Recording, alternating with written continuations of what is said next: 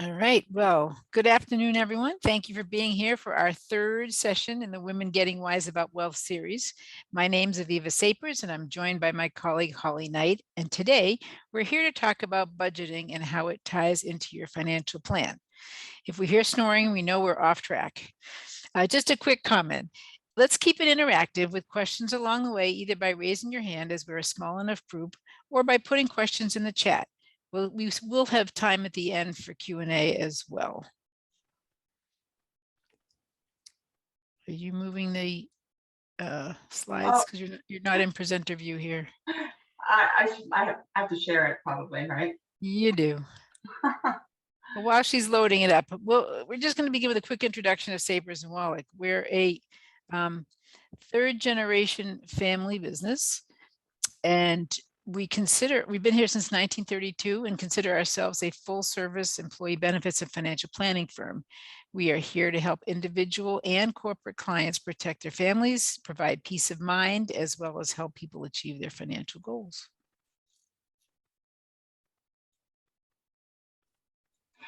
As a full service financial service firm, we have several areas of expertise and a dedicated team of professionals who are passionate about what they do. We help people in areas such as group benefits, retirement planning, individual insurance, charitable strategies, property and casualty, wealth management, and executive benefits. So now we're going to switch gears and we're going to focus on why we're all here today. Today, we're going to explore the topic of budgeting and financial planning. We're going to start with your money why. Next, we'll talk about budgeting and debt reduction.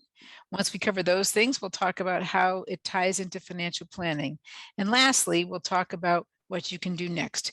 We'll offer some financial insight and education to help you become budget superstars, and we'll provide you with some tips and resources that we'll share on our website following the session, and we will send out to you as well. So let's get started.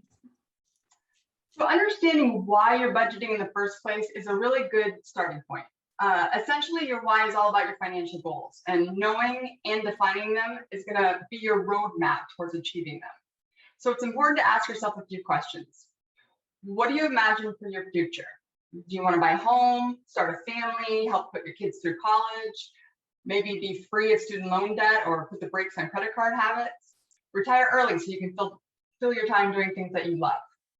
To accomplish any of these things, you should start with your financial goals and prioritize them.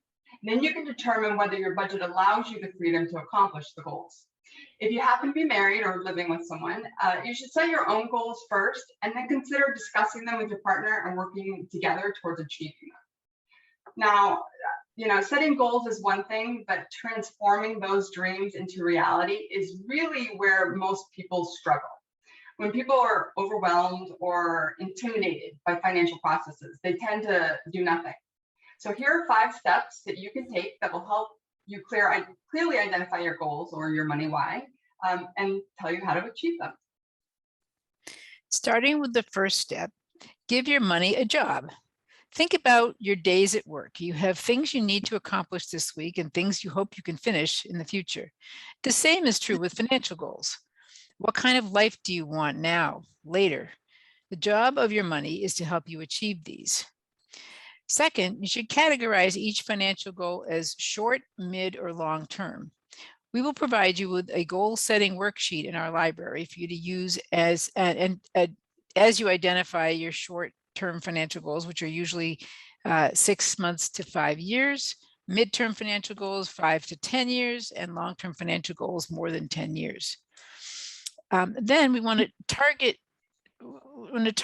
a date for each of these financial goals for when you plan on achieving them. Being specific helps. My wife likes to say someday is not a day of the week. Even if you adjust the date over time, it's important to be specific. You have the right to move a date out, but be specific when you set it up. If you have a toddler who's heading to college in 2035, you have a target date for your college savings goal. Want to take a trip across Europe for your 10th wedding anniversary? You know what time frame you're working with. You'll be able to add target dates to your financial goals worksheet, which will be a PDF that we attach and send around to you at the end. Fourth, prioritize each financial goal between your critical needs and your wants. Because when it comes to goal setting, if push comes to shove, you need to know what to fund first. So on your worksheet, you want to label things critical, need, or want. So let's say you have a short-term goal to build up your emergency fund and it's critical in your mind. But another short-term financial goal is to upgrade your car, which is running fine. It's just a want. If funds became tight in a given month, that should help you figure out where to put your money. Also, for number 5, you need to know how much you have versus what you still need to save. Do you have money in a Roth IRA, 401k, 403b, or IRA? If so, add those numbers to your worksheet under your retirement-related goals. Note, some goals may not have current savings. That's okay. You have to start somewhere. And then, as an example, if you wanted to buy a home in 2 years and you needed an additional $15,000 as a down payment, you divide the $15,000 by 24 months, that's 2 years, and that'll show you that you need to save about $625 more per month to achieve that goal. Before we move on to the next section, it's important to identify what qualifies as a short, mid, and long-term goal. So as a best practice, consider the following structure from top to bottom: short, mid, and long-term savings. So let's start with short-term. The first short-term budgeting you should plan for is an emergency savings fund. It's pointless to plan for mid or long-term goals if something happens and you're out of work for an extended amount of time and you have no buffer to pay for monthly expenses. You'd have to dig into your other savings buckets, and that's going to impact your long-term goals.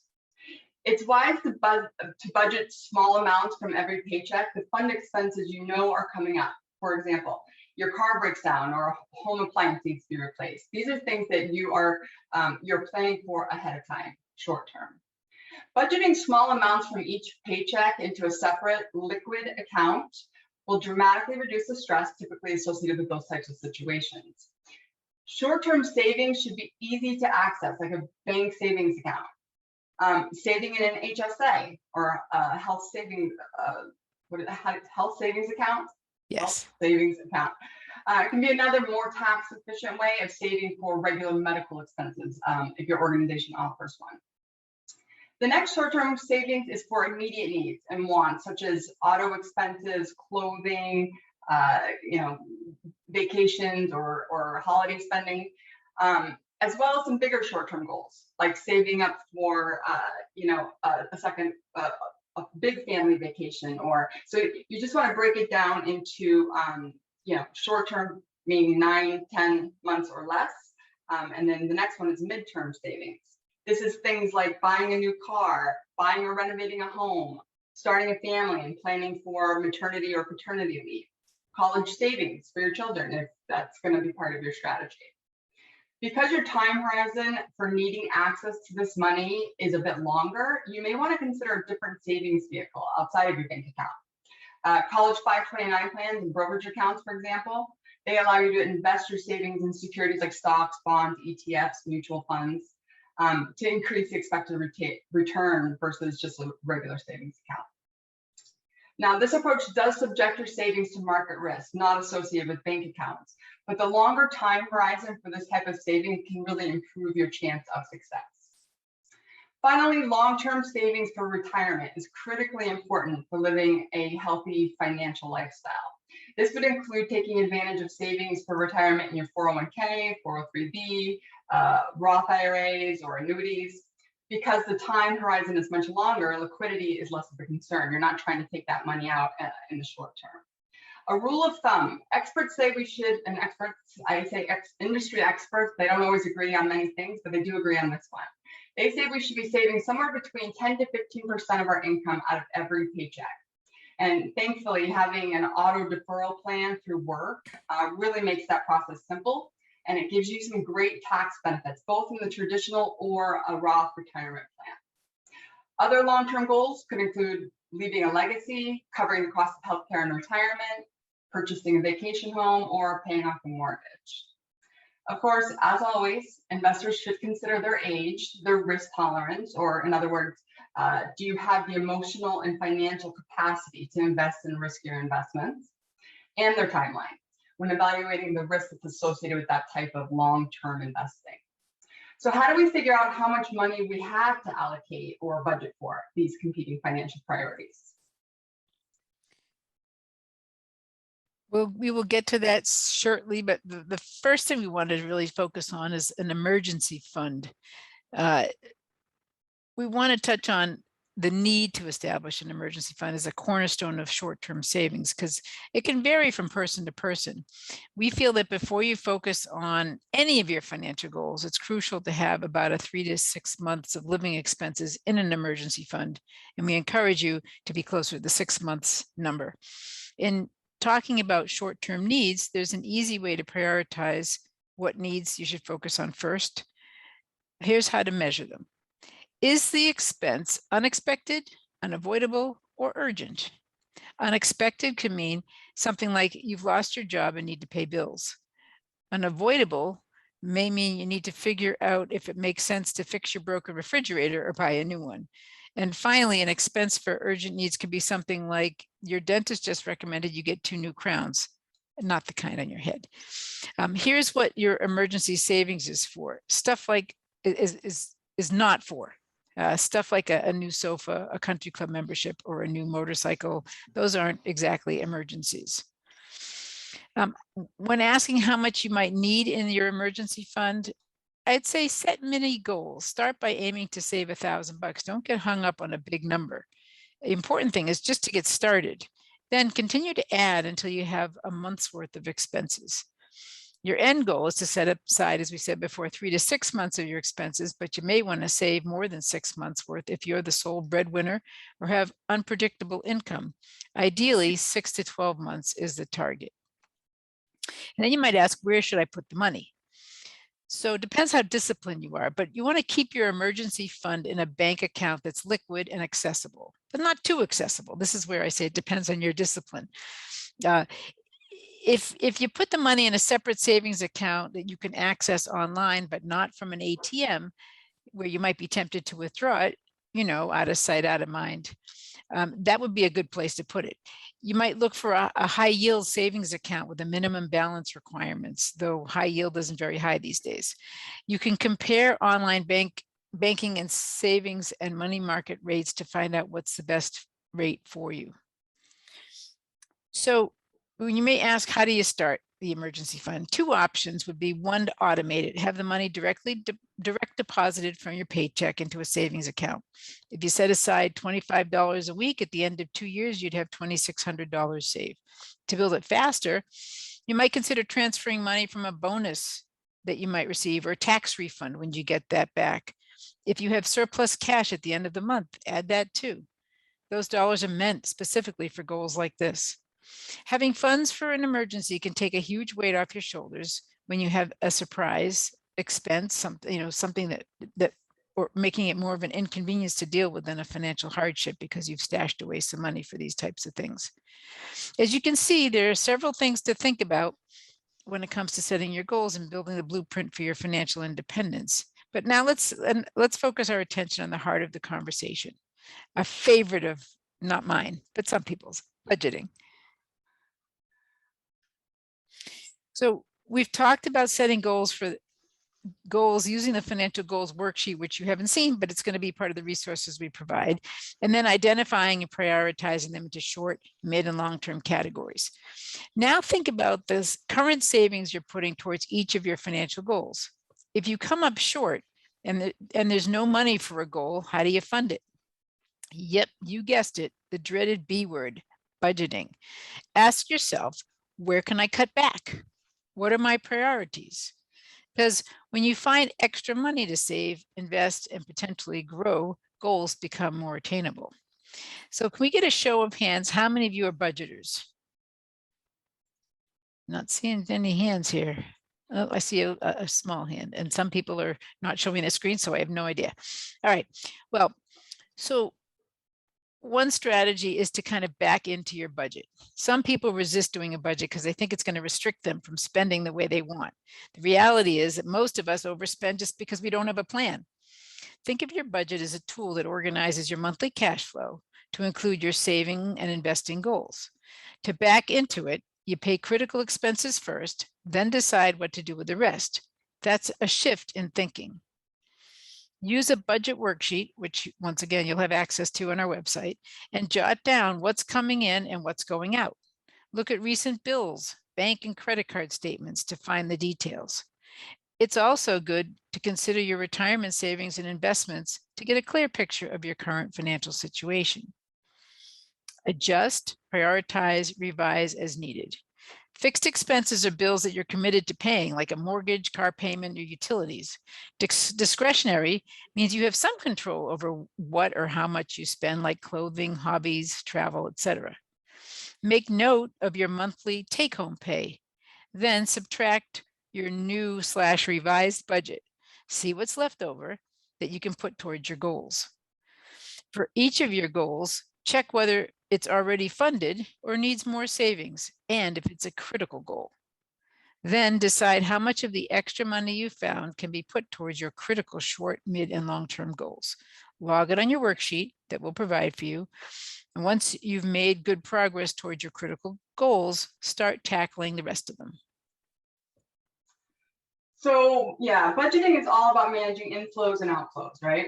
If asked how much do you spend each month, can you answer the question off the top of your head? If not, then creating a budget is a great first step. Expenses typically fall into two buckets, as Aviva mentioned, fixed expenses and discretionary expenses. So fixed expenses are monthly expenses that provide you and your family with shelter, food, clothing. It typically includes things like rent or mortgage payments, utilities, transportation, and food as well. I said that, but discretionary expenses are things you may spend money on monthly, but they're not necessary. This includes hobbies, entertainment, travel, gifting, and add these together and you can come up with your total monthly expenses. Now, compare that with your total household take-home income, and you can A, determine if you're living beyond your means or within them, and B, whether you have extra income you can apply towards your financial goals, short, midterm, or long-term. Where does debt fit into your expenses? Is it a fixed expense or a discretionary expense? We're about to discuss that, but first tell me, do you think all debt is bad? Give me a thumbs up or hands up if you think all debt is bad. Shaking heads, nodding heads, not all bad, not all is bad. Well, if you said no, you're correct. Aviva, could you help us understand that a little bit more? Sure. There's certainly an argument to be made that no debt is good debt, but borrowing money and taking on debt is the only way many people can afford to purchase important big ticket items like a home. There's another end of the spectrum that involves debt that doesn't have the potential to add value, but in fact drains your assets. While it's easy to differentiate between these two extremes, some other debts are harder to judge. So what is good debt? Good debt is often shown or exemplified in the old adage, it takes money to make money. If the debt you take on helps you generate income and build your net worth, then that can be considered positive. So can debt that improves your and your family's life in other significant ways. Among the things often worth carrying debt for are education. And in general, the more education an individual has, the greater their earning potential. Education also has a positive correlation with the ability to find employment. Better educated workers are more likely to be employed in good paying jobs and tend to have an easier time finding new ones should the need arise. An investment in a college or technical degree can often pay for itself within a few years of entering the workforce. However, not all degrees are of equal value, so it's worth considering both the short and long-term job prospects for any field of study that appeals to you, and you may want to share this with your children. Another area worth investing is your own business. Money that you borrow to start a business can also come under the heading of good debt. Being your own boss is often both financially and psychologically rewarding and can also be very hard work. Like paying for education, starting your own business also comes with risks. Many ventures fail, but your chances for success are greater if you choose a field that you're passionate and knowledgeable about. One other area, your home or other real estate. There are a variety of ways to make money in real estate. On the residential front, the simplest often involves taking out a mortgage to buy a home, living in the home for a few decades, and then selling the home at a profit. In the meantime, you also enjoy the freedom of having your own home, plus an assortment of potential tax breaks not available to renters. Residential real estate also can be used to generate income by renting it out, and commercial real estate can be a source of cash flow and eventual capital gain if you know what you're doing. Okay, so that makes a lot of sense. Now let's talk about bad debt. It's generally considered to be bad debt if you are borrowing to purchase a depreciating asset. In other words, if it won't go up in value or generate income, then you shouldn't go into debt to buy it. For example, buying a car. Well, you might find it impossible to live without a car. Borrowing money to buy one isn't a great idea from a financial perspective. By the time you leave the car lot, the vehicle already is worth less than when you bought it. If you need to borrow to buy a car, then look for a loan with either low or no interest. You'll still be investing a large amount of money in a depreciating asset, but at least you won't be paying interest on it. Clothes and consumables. It's often said that clothes are worth less than half of what consumers pay for them. If you've ever visited a used clothing store, you'll see that half is being kind of generous. Of course, you need clothes and food and furniture and all kinds of other things, but borrowing to buy them using a high interest credit card isn't a good use of debt. Use a credit card for convenience, but make sure you're able to pay off your balance at the end of the month to avoid interest charges. Otherwise, try to pay cash. Now, some special considerations. Not all debt can be so easily classified as good or bad. It often depends on your own financial situation or other factors. Certain types of debt may be good for some people, but bad for others. For example, borrowing to pay off debt. Now, for consumers who are already in debt, taking out a debt consolidation loan from a bank or other reputable lender can be beneficial. Debt consolidation loans typically have a lower interest rate than most credit cards, so they allow you to pay off existing debt and save money on future interest payments. The key, however, is making sure that you use the cash to pay off the debts and not for additional spending. Another one is borrowing to invest. If you have an account with a brokerage firm, then you may have access to a margin account, which allows you to borrow money from the brokerage to purchase securities like stocks and bonds. Buying on margin, as it's called, can make you money if the security goes up in value, but before you have to pay back the loan, or it's going to cost you money if the security loses value. Obviously, this kind of borrowing isn't for inexperienced investors or those who can't afford to lose that money. Now that we've identified the different kinds of debt, let's talk about some strategies to finding the right balance, right? Here are 5 tips to help you crush your debt. Know what you owe. It's like writing down everything you eat when you're trying to get healthy. You do it to know where you stand, right? For debt, write down the balance, the interest rate, and the minimum payment. You can use the debt management worksheet, which we'll provide to you to help you do this. Number 2, pay it down. Rank your debts in order of size or interest rate. Then decide how to tackle it. So here are some examples. The snowball method. Focus on paying down the account with the smallest balance first. Keep making the minimum payments on the other ones, though, as you do that. Once the first is paid, move on to the next debt with the lowest balance and put all that extra into that. This might be the right method if you're motivated by seeing smaller balances disappear. The second one would be high interest rate, the higher interest rate method. I've also heard this called the avalanche method. So you're going to focus on the debt with the highest interest rate first. Once you pay one, you work on the next highest interest rate, and so on and so forth. Make sure you continue making minimum payments on the other debt as well, though. If you want to pay less over the life of your loans, this might be the method for you. When you pay off higher interest debt, higher interest rate debt, mathematically, it generally gives you more long-term purchasing power. But ultimately, you need to do what's best, or works best for you. And behaviorally, that's what we're kind of trying to focus on here. Is there are lots of different ways to do this, but you need to figure out for you what's going to help motivate you and keep you, reaching towards those goals. Number 3, manage your debt. You need to continue to manage your debt as a part of your overall financial plan. So some ways to do that: set up regular automatic payments. So paying late could hurt your credit. Plus, you get hit with penalties. That's where auto pay can really become your best friend.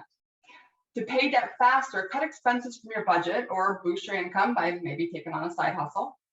Borrow smart and think hard before you take on debt. If you expect to finance future expenses like buying a home in the next year, take that into consideration in your overall financial plan.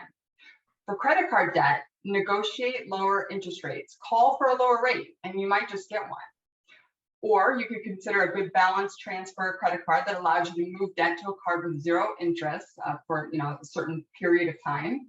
But read the fine print. You want to make sure you don't get caught unaware when the promotion period ends and then the zero interest rate becomes a very high interest rate. Refinance. You could save money, especially since interest rates right now are so low. Or consolidate debt so you can make one payment. Just make sure you check the terms because there may be some fees that are associated with that process. Another strategy, buy weekly payments. This strategy is simple. It's pretty straightforward and it's fiscally sound. Take each of your monthly payments and you split them in half. Make one of those payments every other week on an auto pay. Because there are 52 weeks in the year, you're actually making one additional monthly payment each year. In addition, you're lowering your loan balance more rapidly. Both of those things will save you money on interest. This is especially effective when it comes to longer term obligations like auto loans, student loans, or mortgages. The fifth one, know your credit score. And finally, don't forget to check and recheck it every year. You can request a free copy of your credit report from the 3 major credit reporting agencies, which is Equifax, Experian, and TransUnion. And you can do that once a year for free. Paying your loan balances helps, of course. Carrying a lot of debt may affect your score, especially high credit card debt. And lastly, you want to make sure that you correct errors on your credit report as soon as you identify them. Higher scores typically make it easier for loan approvals, access to lower interest rates, and there's some other advantages as well. So now I'm going to turn it over to Aviva, and she's going to bring us towards the end of the conversation, talking about 2 very important concepts that tie into financial planning.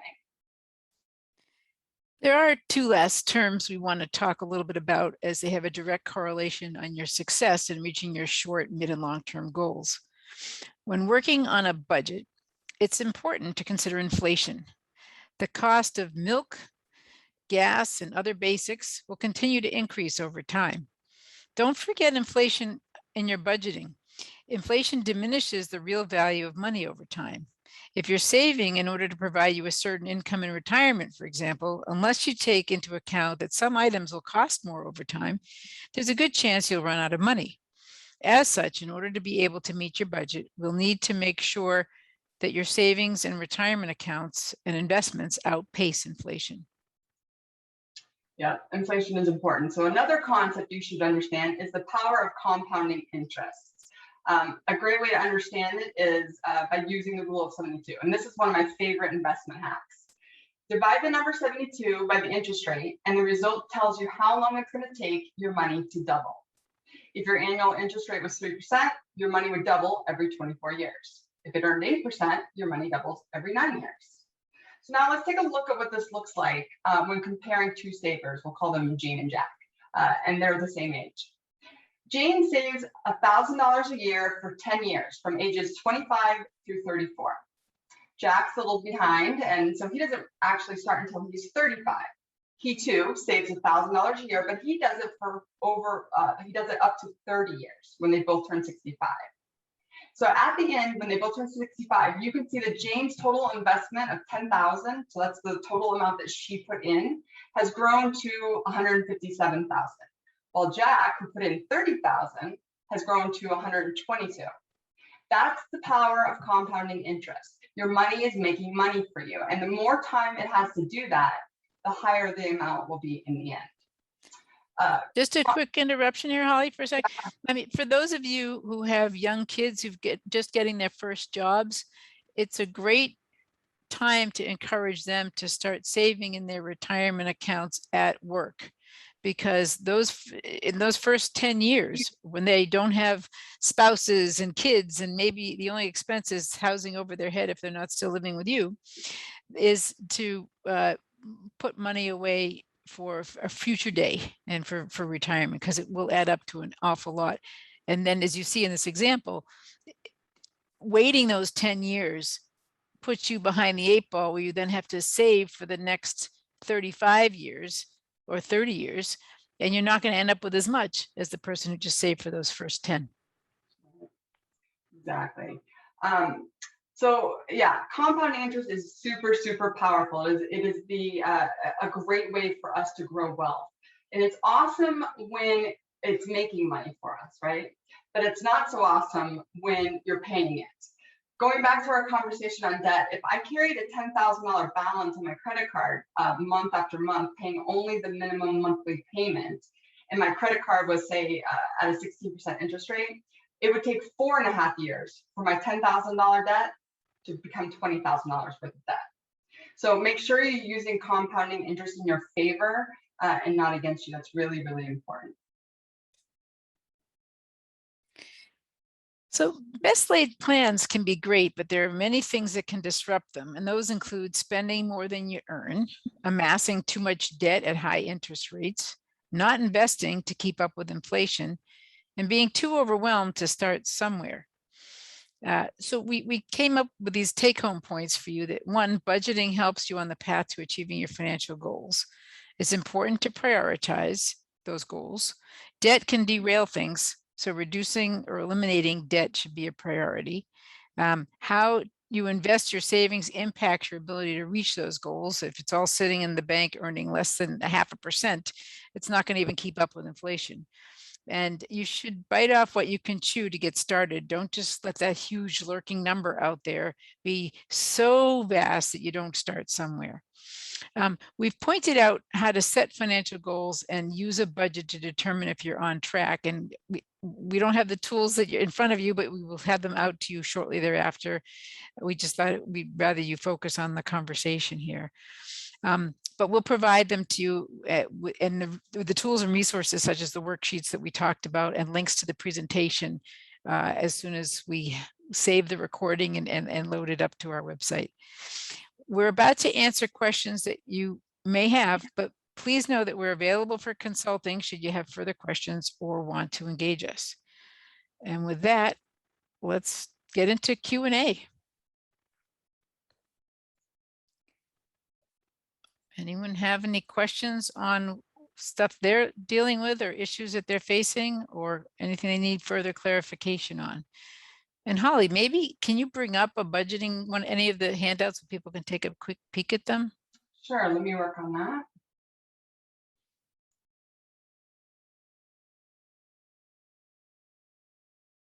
We covered everything so beautifully, there are no questions.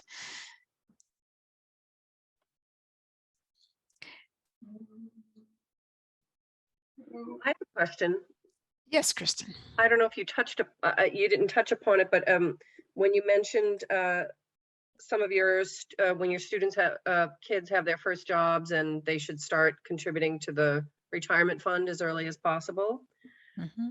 When is a good time, or when do you suggest building credit for someone that young? Meaning, like, when would be a good time to get them a credit card? I get so nervous because I'm afraid they're just going to go nuts with it and ruin their credit. But on the other hand, they actually need it if they want to take out a loan or anything like that. So I just didn't know if anyone had a good age or a good way for them to build credit without allowing them the unlimited range to go nuts, much like their, maybe their mother might, or something like Holly, that. you want to answer that one? I mean, so Kristen and I have children the same age. I have a 19 and a 17-year-old. I actually, they opened up their first checking and savings accounts when they were 7. And, I started that early with them just because I, like many others, did not do so great with it. It's hard to say if there's an exact time when the best time to do it, but you are right. I mean, they do need to start establishing some type of credit. And so, starting small is a good way to do that. I don't know. I mean, I don't think there's a right answer for that, but I think it really depends on your kid, how disciplined they are, and, whether or not they understand, the ramifications for abusing that and things like that. My daughter actually just moved into her own apartment. It's her first time being on her own. She locked herself out the very first day. But these are things, she recently got a credit card and I was a little nervous about it. And I mean, I do what I do for a living. I'm hoping that has kind of seeped into her. But she's been doing really well with it. But it's great because now she looks at what she's buying in a much different way. I mean, she's much more responsible about it because it's her money and it's her credit that's going to be affected by it. So yeah, I think that's an individualized choice. Can I would answer say, that? sure. Who's that? Hi, it's Linda D. How are you? Hi, Linda, go for it. I came in late, so if you already covered it, I apologize. But just adding to what she's talking about the credit card, I think it's really important to set a limit because I'll tell you what happened to me. I'm not a little kid, but this is what happened to me. I went to charge some shirts for $100. And it went through for $10,000 and I didn't really check it. And then I said, well, let me just look. Something told me to just check it because she seemed a little spacey. So I said, let me check it. $10,000 it went through. And so it wouldn't have gone through if I had less credit on there. So I changed it to $5,000. So nobody can charge those zeros onto it. So I think maybe with a little kid, you have to make a determination of what is the tops that you want them to have for starting credit, because maybe you'd want $1,000 or something, or $500, I don't know. But Right. but Now, that's an accident that happens, and you need to make them aware that Yeah. that can happen. They need to check their card each time. One more quick thing. I have a lawyer friend who circles it every time in red. She has a special red pen and she circles as soon as she gets it from, the merchant person, Dunkin' Donuts, whatever, she circles it to like say, okay, I approved of it, just double checking. So I thought that was kind of interesting. I don't do that, but anyway, thank you. No, that's great comments. I think, Kristen, you asked a great question. It kind of starts before the credit card. Teaching your kids the value of money. If when they're younger, they have jobs, summer jobs, whatever, and they have to pay for some of their own personal expenses, it does start to teach them the value of money. We've added our kids to our credit cards, and when the bill comes in at the end of the month, I get to obviously see what they've charged. And then we have a conversation around, what was this? What was it for? And by the way, we're not paying for that. That's coming out of your pocket. And so we ask them to give us the money to then pay the bill. So this gets them in the mindset of, hey, things have consequences when you spend money. And then when you get to the stage of a kid who's on their own, if they get to see that credit card bill coming in before it's coming to them specifically, I think it does have some effect on the long term. And putting limits on it is a great way to start. If you can have them get a credit card with a limit. Now, once they're of adult age, they could call up and increase the limit. So you got to be careful of what that looks like. If they're on with you, that's a different story.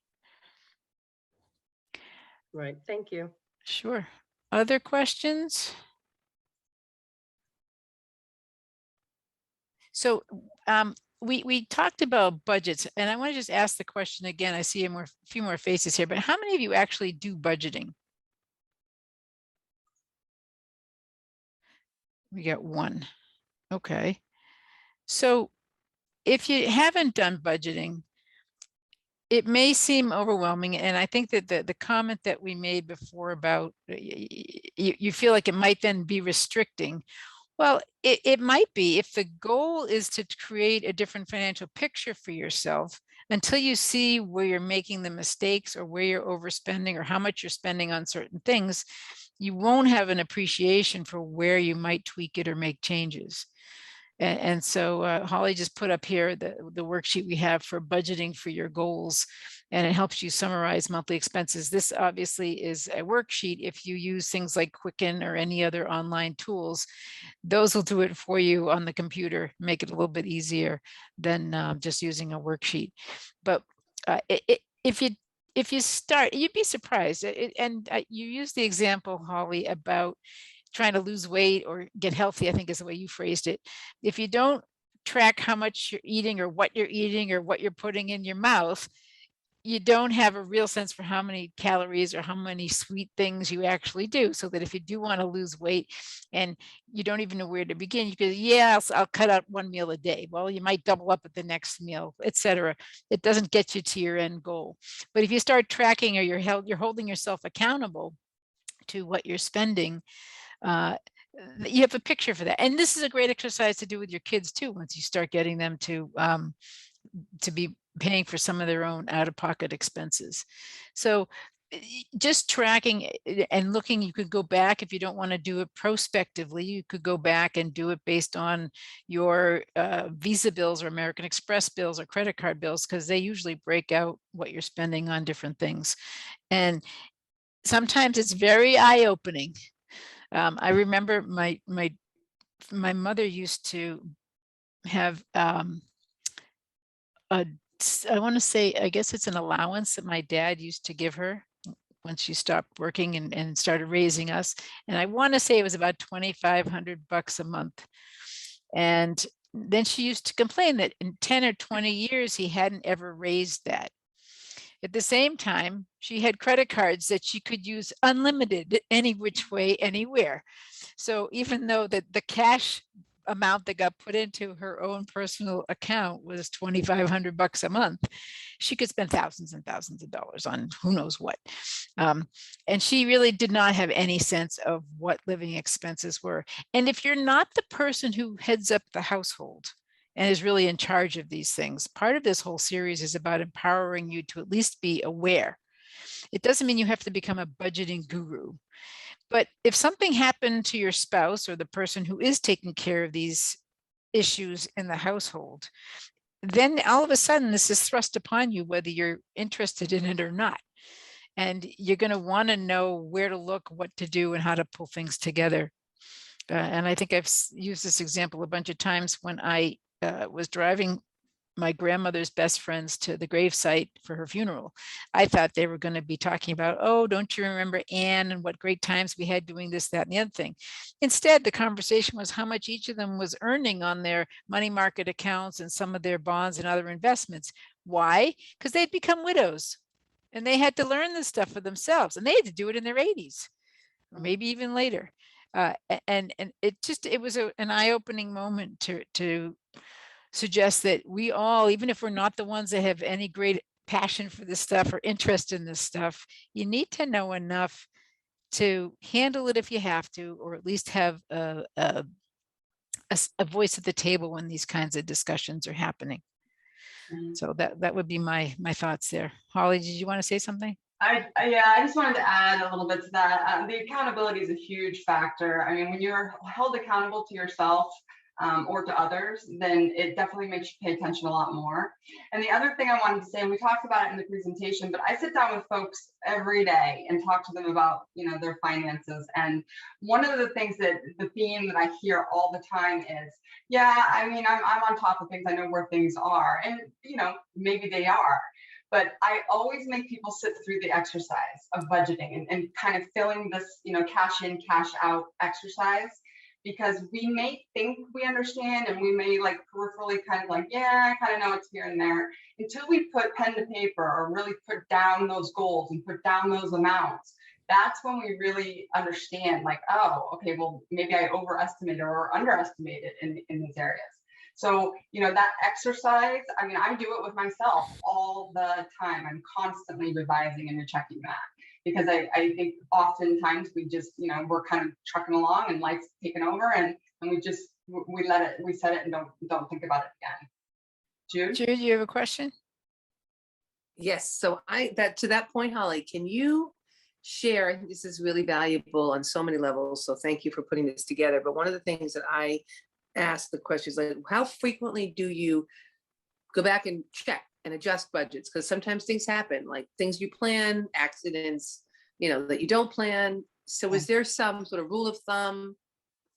Well, anytime you have any kind of life change, you should absolutely go back and check it. So that's the first thing. So any big alterations in your life, of married, divorced, widowed, having a child, accidents, whatever the case, that's when you want to recheck it and take a look at it. But outside of that, if there's nothing major that's changed in your life, I mean, I go in and I mean, I check it quarterly at least. I maybe do a little bit more than that because I'm a little anal retentive, but I mean, I think quarterly is fine.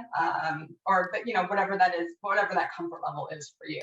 I think if you're new to it, if you're new to budgeting and you just haven't had the experience of doing it, I would do it every month. Every month I'd be checking those numbers and making sure that it's good, just until you're comfortable with the process.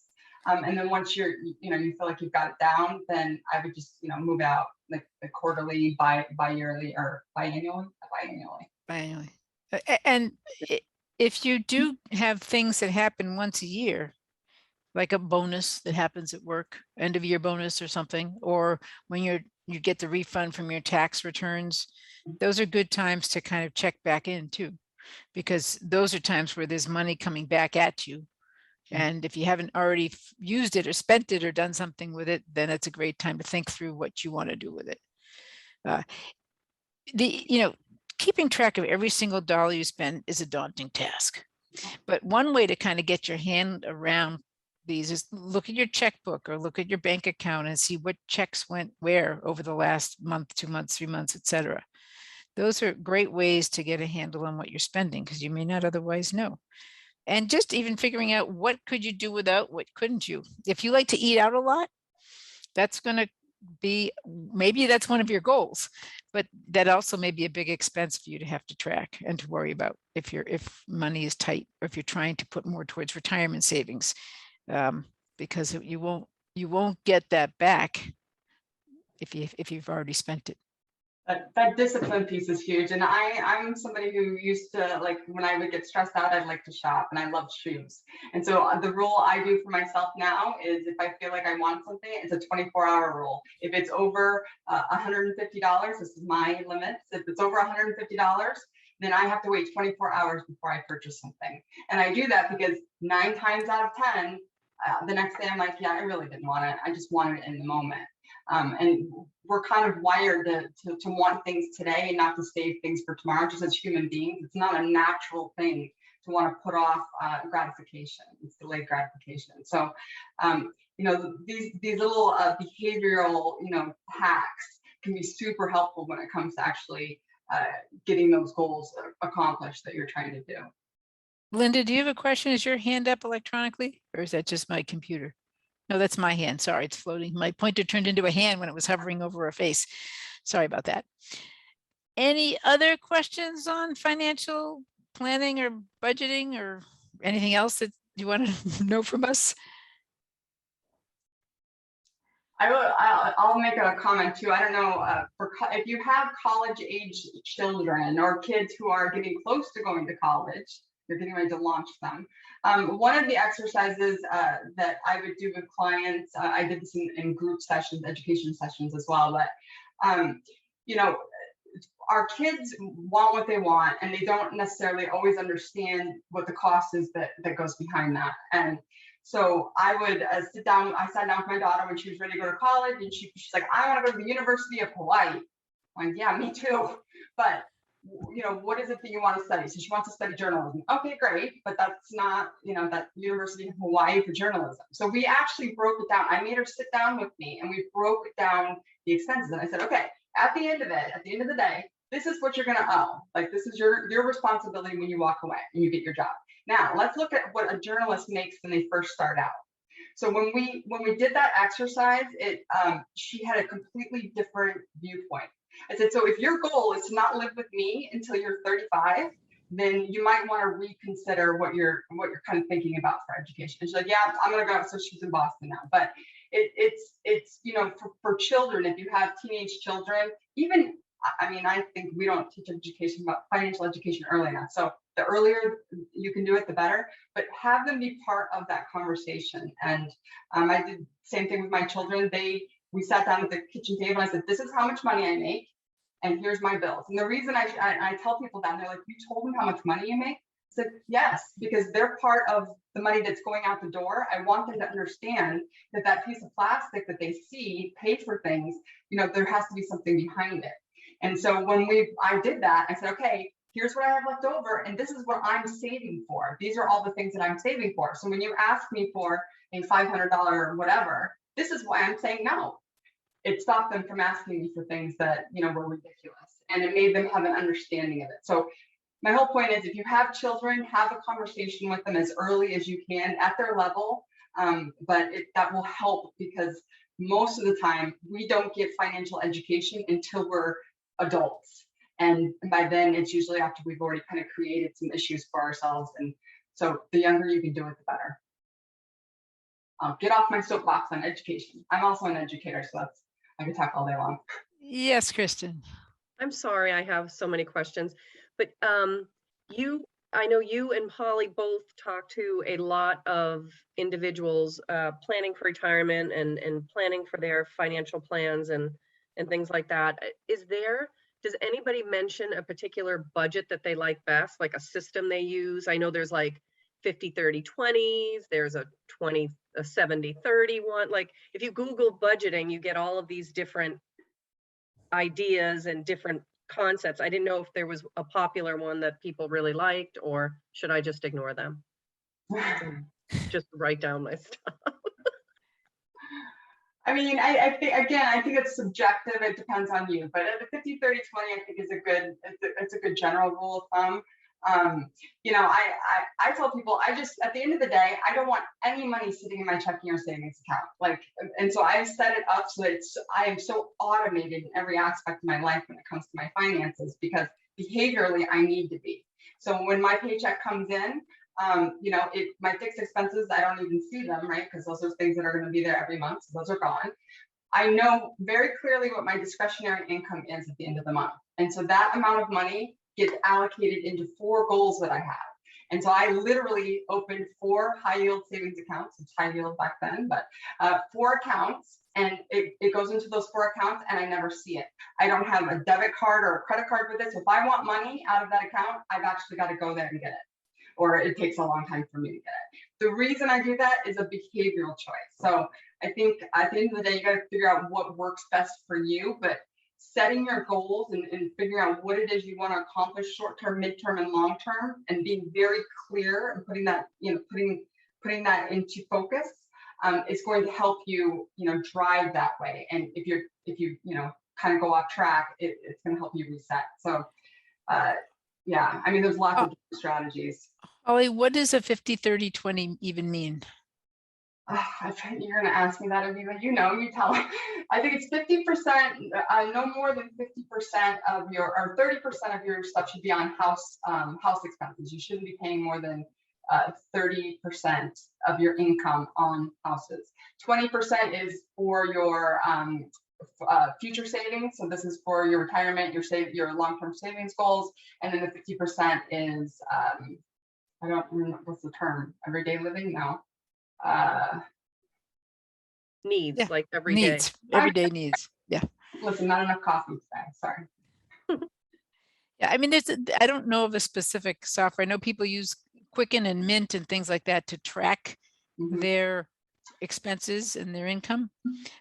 But I'd say the only rule of thumb that I've ever spoken to people about is not to spend more than about 30% of what they make on their home, whether it's rent or mortgage or things like that. But it's very individual, and some people are expecting great inheritances down the road. That's great, but you get no time value of money on that. It may all come in at once, but that doesn't mean you should live beyond your means now. But I think the first step is finding out where you're at and making sure you've looked at that. Yeah. Well, I'll just share a really quick tip with you. So I teach, I'm an adjunct professor at the University of New Hampshire. So I work with college age students, and these are freshmen. They're honors students, honors business. They come in with 4.2 averages. They're smarter than me. But one of the things I remember, because I'm always talking to them about personal finance and investments and things like that. And I said, hey, what do you guys do to save money? Like, I'm sure you get allowances for your parents, or whatever the case may be, and everyone has different stories. But what do you do to save money if you want to buy something? And I had a student raise their hand, and they're like, "Oh, I use Digit. I'm going to Digit." I was like, "Tell me that. What's that about?" So basically, it's an app that is tied to their checking and savings accounts, and it starts to recognize their spending habits. They know when their fixed expenses are coming in, and they pay those out. So every day it would take a certain amount out of their account, whether it could be $1.25, it could be 38 cents. It just kind of depends on their spending patterns. And then it takes it and puts it into a savings account. And so they never, like, they don't see it leave. It's such a small amount, it doesn't make an impact on them. But I had several of them tell me after that, they're like, yeah, I did that, and that's how I went on spring break. That's how I paid for my new car. I mean, so there's just all these little hacks or habits that you can kind of set up, automate for yourself, gamify it. I love gamification, so gamify it just to help you reach those goals. It just makes it really easy. And if you don't see it, then you don't spend it. So I thought that was kind of a cool hack. But to Aviva's point, you can go online, type in anything, type in budgeting, type in apps, you'll get hundreds and hundreds and hundreds of options. So. But I want to thank you all for participating. We will be sending around a link to this record, which is being recorded today, as well as all of the tools and worksheets that we talked about that we didn't share before this started. So our next session is coming up. It's going to be on estate planning, and that is towards the end of the month, on the 28th of September. And I know who said why we even did these in September, but it seems like if we didn't plug in the dates, we'd never get to them. But that's, I actually have a guest lecturer joining me, which is Melissa Sidney. We're going to talk about estate planning and legacies and things like that. So I know that was of interest when we did the Womenology series to start this all off with. So look in your inboxes, keep an eye open for invites to our other 2 or 3 remaining sessions. And we wish you a wonderful rest of the day. And for those who are Jewish, a happy, healthy New Year.